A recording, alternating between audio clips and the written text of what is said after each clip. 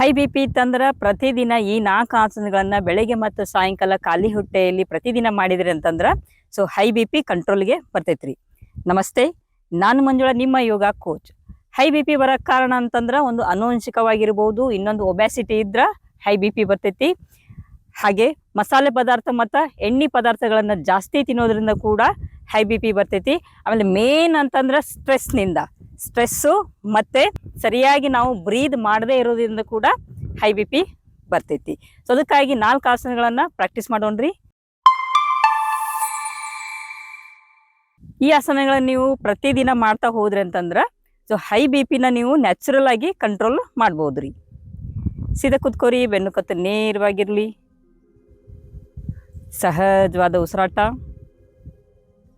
So ಮೊದಲನೇ ಆಸನ ಬದ್ಧ ಕೋನಾಸನ. ಸೊ ಅದಕ್ಕಾಗಿ ಮೊದಲು 2 ಕಾಲುಗಳನ್ನು ಈ ರೀತಿ ತಗೋರಿ. ಸೊ ನೆಕ್ಸ್ಟ್ ಇಲ್ಲಿಂದ ನಿಧಾನ 2 ಕಾಲನ್ನು ಕೆಳಗೆ ತಗೋರಿ. ಸೊ 2 ಪಾದಗಳು ಒಂದಕ್ಕೊಂದು ಟಚ್ ಇರಬೇಕು.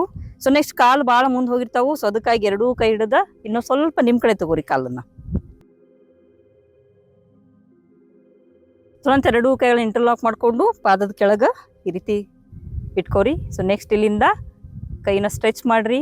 ಎದೆ ಭಾಗ ಎಕ್ಸ್ಪಾಂಡ್ ಆಗಬೇಕು, ಎದೆ ಭಾಗ ಮುಂದೆ ಬರಬೇಕು. ಆ ರೀತಿ. ಸೊ ಹಿಂಗೆ ಕುಂದ್ರಾಕ ಹೋಗ್ಬೇಡ್ರಿ. ಸೊ ಈ ರೀತಿ ಮುಂದೆ ಬರ್ಬೇಕು. ಈ ರೀತಿ ಸಹಜವಾದ ಉಸಿರಾಟ ಇರಲಿ. ಕಣ್ಗಳನ್ನು ಮುಚ್ಚಿರ್ತಿರಿಲ್ಲೇ. ಈ ಆಸನ ಸ್ಥಿತಿ ಒಳಗೆ ಕೂತ್ಕೊಂಡ್ಮೇಲೆ ನಿಮ್ಮ ಉಸಿರಾಟದ ಕಡೆ ಗಮನ ಕೊಡ್ರಿ. ಉಸಿರು ಯಾವಾಗ ತೊಳಕತ್ತೀರಿ, ಉಸಿರು ಯಾವಾಗ ಬಿಡಾಕತ್ತೀರಿ ಅದ್ರ ಕಡೆ ಗಮನ ಇರಲಿ. ಆಸನ ಅಷ್ಟು ಇಂಪಾರ್ಟೆಂಟ್ ಅಲ್ರಿ ಮಾಡೋದು. ಸೊ ಆಸನದೊಳಗೆ ಕುಳಿತಾಗ ನಾವು ನಮ್ಮ ಉಸಿರಾಟದ ಕಡೆ ಗಮನ ಕೊಡಬೇಕು. ಸೊ ಇದ ಸ್ಥಿತಿಯೊಳಗೆ ಒಂದು 10 ಕೌಂಟ್ ಮಾಡ್ಕೋರಿ. 10 ಕೌಂಟ್ ಆದಮೇಲೆ ನಿಧಾನವಾಗಿ ಕಣ್ಗಳನ್ನ ತೆರೀರಿ. ಸೊ ಯಾವ ರೀತಿ ಅಂತಂದ್ರೆ ಸೊ ಈ ರೀತಿ ಕುತ್ಕೊಂಡಾಗ ಸೊ ಇನ್ನರ್ ತಾಯಲ್ಲಿ ಸ್ವಲ್ಪ ಪೇನ್ ಬರ್ತಾ ಇರ್ತೈತಿ. ಸೊ ಆ ರೀತಿ ಕಾಲುಗಳನ್ನು ಒಳಗೆ ತಗೊಂಡು ಕುತ್ಕೋರಿ. ಸೊ ಇದಾದ್ಮೇಲೆ ಸೊ ನೆಕ್ಸ್ಟ್ ಇಲ್ಲೇ ತಿತಿಲಿ ಆಸನ್. ಸೊ 2 ಕಾಲುಗಳನ್ನು ಬಿಡ್ತೀರಿ. ಉಸಿರು ತಗೋತ ಕಾಲುಗಳನ್ನ ಮೇಲೆ ತಗೋರಿ, ಉಸಿರು ಬಿಡ್ತಾ ಕೆಳಗೆ ಈ ರೀತಿ ಕಾಲುಗಳನ್ನು ಬಡಿಬೇಕು. ರಿಲ್ಯಾಕ್ಸ್. ಸೊ ನೆಕ್ಸ್ಟ್ ಇದಾದ್ಮೇಲೆ ಕಾಲುಗಳನ್ನ ಬಿಡಿಸ್ಕೋರಿ. ಸೊ ನೆಕ್ಸ್ಟ್ ಸೈಡ್ ಹೊಳ್ಳಿ ಕೂತ್ಕೋರಿ. ಸೈಡ್ ಹೊಳ್ಳಿ ಕೂತ್ಕೊಂಡು 2 ಕಾಲುಗಳನ್ನು ಚಾಚ್ತೀರಿ. ಸೊ ಕಾಲು ಚಾಚಿದ ಮೇಲೆ ಪಾದಗಳು ನಿಮ್ಮ ಕಡೆ ಬರಲಿ, 2 ಕಾಲುಗಳು ಜೋಡಿಸಿದ್ದಿರಲಿ, ಕೈಗಳು ನಿಮ್ಮ ಬಾಜು ಸೀದಾ ಕೂತ್ಕೋತೀರಿ. ಸೊ ನೆಕ್ಸ್ಟ್ ಇದಕ್ಕೆ ದಂಡಾಸನ ಅಂತಾರ. ಸೊ ಇಲ್ಲಿಂದ ನೆಕ್ಸ್ಟು ವಜ್ರಾಸನ ಸ್ಥಿತಿ. ಸೊ ಮೊದಲು ಬಲಗಾಲನ್ನು ಫೋಲ್ಡ್ ಮಾಡ್ಕೋರಿ, ನಂತರ ಎಡಗಾಲನ್ನು ಫೋಲ್ಡ್ ಮಾಡ್ಕೊಂಡಿರ್ತೀರಿ. ವಜ್ರಾಸನ ಸ್ಥಿತಿಯೊಳಗೆ ಸರಿಯಾಗಿ ಯಾವ ರೀತಿ ವಜ್ರಾಸನ ಸ್ಥಿತಿಯೊಳಗೆ ಕೂತ್ಕೋಬೇಕು ಅನ್ನೋದನ್ನ ಈಗಾಗಲೇ ನಾನು ವಿಡಿಯೋ ಮಾಡಿ ಹಾಕಿದ್ದೇನೆ ರೀ. ಸೊ ಆ ವಿಡಿಯೋ ನೋಡಿ ಪ್ರಾಕ್ಟೀಸ್ ಮಾಡಿರಿ. ಸೊ ನೆಕ್ಸ್ಟ್ 2 ಕೈಗಳು ನಿಮ್ಮ ತೊಡೆ ಮೇಲೆ ಬರಲಿ, ಬೆನ್ನು ಕತ್ತು ನೇರವಾಗಿರಲಿ, ಕಣ್ಣುಗಳನ್ನು ಮುಚ್ಚಿರ್ತೀರಿ. ಸಹಜವಾದ ಉಸಿರಾಟ. ಇಲ್ಲೂ ಕೂಡ ನಿಮ್ಮ ಉಸಿರಾಟದ ಕಡೆ ಗಮನ ಕೊಡ್ತಾ ಇರಬೇಕು. ಉಸಿರು ಯಾವಾಗ ತೊಳತ್ತೀರಿ, ಉಸಿರು ಯಾವಾಗ ಬಿಡಾಕತ್ತೀರಿ ಅದ್ರ ಕಡೆ ಗಮನ. ಇಲ್ಲಿ ಕೂಡ 10 ಕೌಂಟ್ ಇರ್ರಿ. ಇದ ಸ್ಥಿತಿಯೊಳಗೆ 10 ಕೌಂಟ್ ಮಾಡ್ಕೋರಿ.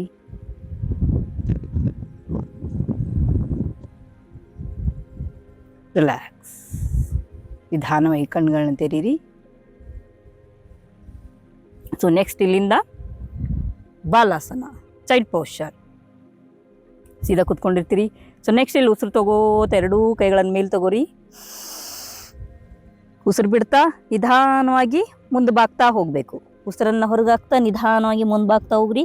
ಸೊ ಇಲ್ಲಿ ತನಕ ಬಂದಾದ್ಮೇಲೆ ಸೊ ನೆಕ್ಸ್ಟ್ ಕೈ ಜಾರಿಸ್ಕೊಂತ ಮುಂದೆ ಹೋಗಬೇಕು. ಸೊ ನೆಕ್ಸ್ಟ್ ಹಣೆ ಭಾಗವನ್ನು ಏನೈತಲ್ಲ ಸೊ ನಿಮ್ಮ ಹಣೆ ಭಾಗವನ್ನು ನೆಲಕ್ಕೆ ಡ್ರಾಪ್ ಮಾಡಿರಿ. ಸೊ ಇಲ್ಲಿ ಕಣ್ಣು ಮುಚ್ಕೊಂಡಿರ್ತೀರಿ. ಸಹಜವಾದ ಉಸಿರಾಟ ಇರಲಿ. ಸೊ ನಮ್ಗೆ ಹೈ ಬಿ ಪಿ ಬಂದಿರೋದ ಸ್ಟ್ರೆಸ್ನಿಂದ. ಸೊ ಇವೆಲ್ಲ ಆಸನಗಳು ಏನಂತಂದ್ರೆ ಸೊ ಭಾಗಿ ಮಾಡೋದ್ರಿಂದ ಸೊ ನಮ್ಮ ಬ್ರೈನಿಗೆ ಬ್ಲಡ್ ಸರ್ಕ್ಯುಲೇಷನ್ ಆಗಿ ಸೊ ಸ್ಟ್ರೆಸ್ ಕಡಿಮೆ ಆಗ್ತೈತಿ ರೀ. ಹಾಗೆ ಬಿ ಪಿ ಕೂಡ ನಿಯಂತ್ರಣಕ್ಕೆ ಬರ್ತೈತಿ.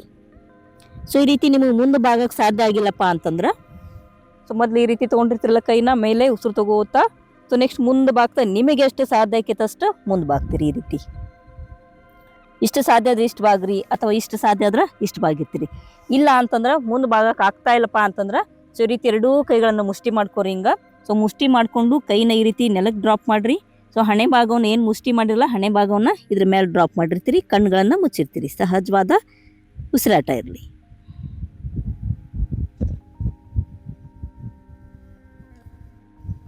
ರಿಲ್ಯಾಕ್ಸ್.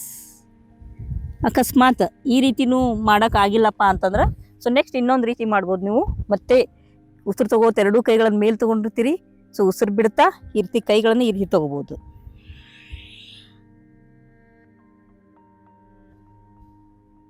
ಇಲ್ಲಿ ಕೂಡ ಕಣ್ಗಳನ್ನು ಮುಚ್ಚಿರ್ತೀರಿ, ಉಸಿರಾಟದ ಕಡೆ ಗಮನ ಕೊಡ್ತೀರಿ. ವಾಪಸ್ ಬರೋ ಮುಂದೆ ಯಾವ ರೀತಿ ಬರಬೇಕಂತಂದ್ರೆ ಸೊ ಮೊದಲು ತಲೆನ ಸ್ವಲ್ಪ ಮೇಲೆತ್ತಿರಿ, ಎದುರಿಗೆ ನೋಡಬೇಕು. ಇಲ್ಲಿ ಇನ್ಹೇಲ್ ಎಕ್ಸೇಲ್ ಮಾಡ್ತಾ ಸೊ ನಿಧಾನವಾಗಿ ಉಸಿರನ್ನು ಹೊರಗೆ ಹಾಕ್ತಾ ಎರಡೂ ಕೈಗಳನ್ನು ಮೇಲೆ ತಗೋತಾ ವಾಪಸ್ ನಿಧಾನವಾಗಿ ಕೈಗಳನ್ನು ಬಿಡಿಸ್ಕೋಬೇಕು. ಸೊ ಹೆಂಗೆ ಆಸನ ಮಾಡೋ ಮುಂದೆ ಹೆಂಗೆ ಹೋಗಿರ್ತಿರಲ್ಲ, ವಾಪಸ್ ಬರೋ ಮುಂದೆ ಕೂಡ ಅದೇ ರೀತಿ ಬರಬೇಕು. So next one Paschimottanasana. So ಈಗ ಒಂದೊಂದು ಕಾಲನ್ನು ಬಿಡಿಸ್ಕೋರಿ. ಫಸ್ಟ್ ಬಲಗಾಲನ್ನು ಬಿಡಿಸ್ಕೋರಿ, ನೆಕ್ಸ್ಟ್ ಎಡಗಾಲನ್ನು ಬಿಡಿಸ್ಕೊತೀರಿ. ಸೊ ಮತ್ತೆ ದಂಡಾಸನ ಸ್ಥಿತಿ, ಎರಡೂ ಕಾಲುಗಳು ಜೋಡಿಸಿದ್ದಿರಬೇಕು, ಪಾದ ನಿಮ್ಮ ಕಡೆ ಇರಲಿ. ಸೊ ನೆಕ್ಸ್ಟ್ ಇಲ್ಲೇ ಪಶ್ಚಿಮೋತ್ತನಾಸನ. ಸೊ ಇಲ್ಲಿ ಉಸಿರು ತಗೋತಾ ಎರಡೂ ಕೈಗಳನ್ನು ಮೇಲೆ ತಗೋರಿ, ಸ್ವಲ್ಪ ಹಿಂದಾರ್ಚಾಗ್ರಿ, ಉಸಿರು ಬಿಡ್ತಾ ಮುಂದೆ ಬಾಗ್ತೀರಿ ನಿಧಾನವಾಗಿ. ನಿಮಗೆ ಎಷ್ಟು ಸಾಧ್ಯಕ್ಕೆ ಅಷ್ಟು ಮುಂದೆ ಬಾಗ್ರಿ. ಸೊ ನಿಮಗೆ ಕಾಲು ಹಿಡ್ಕೊಳಕ್ಕೆ ಬರ್ತೈತಪ್ಪ ಪಾದ ಅಂತಂದ್ರೆ ಸೊ ಪಾದಕ್ಕೆ ಇಂಟರ್ಲಾಕ್ ಮಾಡ್ಕೊರಿ ಕೈಗಳನ್ನು. ಸೊ ಹಣೆ ಭಾಗವನ್ನು ಕಾಲಿನ ಮೇಲೆ ಇರಲಿ. ಅಥವಾ ಎಷ್ಟು ಭಾಗಕ್ಕೆ ಸಾಧ್ಯ ಆಗಿಲ್ಲ ಅಂತಂದ್ರೆ ಸೊ ನೆಕ್ಸ್ಟ್ ನೀವು ಈ ಎರಡು ಬೆರಳಿಂದ ಈ ರೀತಿ ಹೆಬ್ಬೆಟ್ಟನ್ನು ಲಾಕ್ ಮಾಡಿಕೊಂಡು ಸೊ ಇಷ್ಟು ಬಾಗ್ಬೋದು. ನಿಮಗೆ ಎಷ್ಟು ಸಾಧ್ಯಕ್ಕೆ ಅಷ್ಟು ಬಾಗ್ರಿ. ಓವರ್ ಸ್ಟ್ರೆಚ್ ಮಾಡಕ್ಕೆ ಹೋಗ್ಬೇಡ್ರಿ. ನಿಮ್ಗೆ ಎಷ್ಟು ಸಾಧ್ಯಕ್ಕೆ ಅಷ್ಟೇ ಬಾಗ್ರಿ. ಸೊ ನೆಕ್ಸ್ಟ್ ಇನ್ನೂ ಬಾಗ್ಬೋದು ಅಂತಂದ್ರೆ ಈ ರೀತಿ ಬಾಗ್ಬೋದು. ಅಥವಾ ಮುಂದೆ ಭಾಗಕ್ಕೆ ಆಗ್ತಾ ಇಲ್ಲಪ್ಪ ಅಂತಂದ್ರೆ ಇಲ್ಲಿ ಒಂದು ದಿಂಬಿಟ್ಕೊಂಡು ತಲೆನ ಅದ್ರ ಮೇಲೆ ಡ್ರಾಪ್ ಮಾಡ್ಬೋದು ನೀವು. ನೆಕ್ಸ್ಟ್ ಇಲ್ಲಿ ನಿಮ್ಗೆ ಎಷ್ಟು ಸಾಧ್ಯಕ್ಕೆ ಅಷ್ಟು ಬಾಗಿರ್ತೀರಲ್ಲ, ಸ್ವಲ್ಪ ಬಾಗಿದ ಮೇಲೆ ಮತ್ತೆ ಇಲ್ಲಿ ಸಹಜವಾದ ಉಸಿರಾಟ ಇರಲಿ. ಇದೇ ಸ್ಥಿತಿಯೊಳಗೆ ನೀವು ಇಲ್ಲೂ ಕೂಡ 10 ಕೌಂಟ್ ಮಾಡ್ಬೋದು ಅಥವಾ 15 ಕೌಂಟ್ ಮಾಡ್ಕೋರಿ. ನಿಮಗೆ ಎಷ್ಟು ಸಾಧ್ಯಕ್ಕೆ ಅಷ್ಟು ಮಾಡ್ರಿ. ಮತ್ತೆ ವಾಪಸ್ ಬರೋ ಮುಂದೆ ಮತ್ತೆ ಇನ್ಹೇಲ್ ಉಸಿರು ತಗೋತಾ ಎರಡೂ ಕೈಗಳ ಮೇಲೆ, ಉಸಿರು ಬಿಡ್ತಾ ಕೈಗಳನ್ನು ಕೆಳಗೆ ಇಳಿಸ್ತೀರಿ. ಈ ರೀತಿ ಈ 4 ಆಸನಗಳನ್ನು ಪ್ರಾಕ್ಟೀಸ್ ಮಾಡಿರಿ. ಪ್ರತಿ ಆಸನನೂ 2 ಬಾರಿ ಪ್ರಾಕ್ಟೀಸ್ ಮಾಡಿರಿ. ಹಾಗೆ ಈ ಎಲ್ಲ ಆಸನಗಳಾದಮೇಲೆ ನೀವು ಶವಾಸನ ಸ್ಥಿತಿಗೆ ಹೋಗಬೇಕು. ಯಾಕಂತಂದ್ರೆ ಇಷ್ಟೊತ್ತನ ನಾವು ಏನು ಆಸನಗಳನ್ನು ಮಾಡಿದ್ವಿ ಅದ್ರ ಬೆನಿಫಿಟ್ ನಮಗೆ ದೊರೀಬೇಕು. ಸೊ ಅದಕ್ಕಾಗಿ ನೀವು ಶವಾಸನ ಸ್ಥಿತಿಯೊಳಗೆ 5 ರಿಂದ 10 ನಿಮಿಷ ರಿಲ್ಯಾಕ್ಸ್ ಆಗಿ ಎದ್ದೇಳ್ತೀರಿ. ಈಗ ನಾನು ಹೈ ಬಿ ಪಿಗೆ ಆಸನಗಳನ್ನು ಮಾಡಿ ತೋರಿಸಿದ್ದೀನಿ ಈ ವಿಡಿಯೋದಾಗ. ಇದೇ ರೀತಿ ನಾನು ಹೈ ಬಿ ಪಿಗಾಗಿ ಪ್ರಾಣಾಯಾಮಗಳನ್ನು ಕೂಡ ಹೇಳಿದ್ದೀನಿ. ಸೊ ಈ ಎಲ್ಲ ಆಸನಗಳನ್ನು ಆದಮೇಲೆ ಪ್ರಾಣಾಯಾಮಗಳನ್ನು ಕೂಡ ನೀವು ಪ್ರಾಕ್ಟೀಸ್ ಮಾಡಿರಿ.